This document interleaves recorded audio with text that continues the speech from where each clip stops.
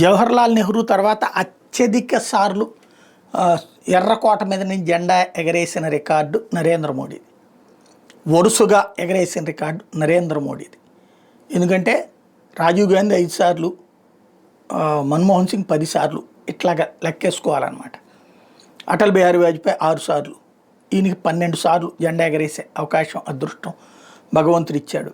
తాజాగా పాకిస్తాన్ని నిలదీస్తూ నిర్మోహమాటంగా ఏదైతే పాకిస్తాన్ స్వతంత్ర దినోత్సవ వేడుకలు నిన్ననే జరిగింది, వాళ్ళు భారతదేశాన్ని మేము నియంత్రించాం, లేకపోతే 4 రోజుల్లోనే బుద్ధి చెప్పాం లాంటి ఏదో పనికిమాలిన ఉపన్యాసాలతో గడిపేశారు.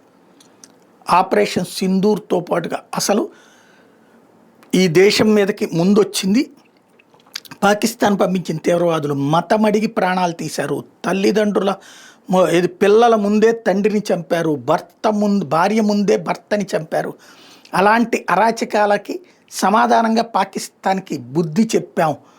3 గంటల్లో మోకాళ్ళ మీద నుంచోబెట్టాం, 3 రోజుల్లో 30 ఏళ్ల వెనక్కి తీసుకెళ్ళాం.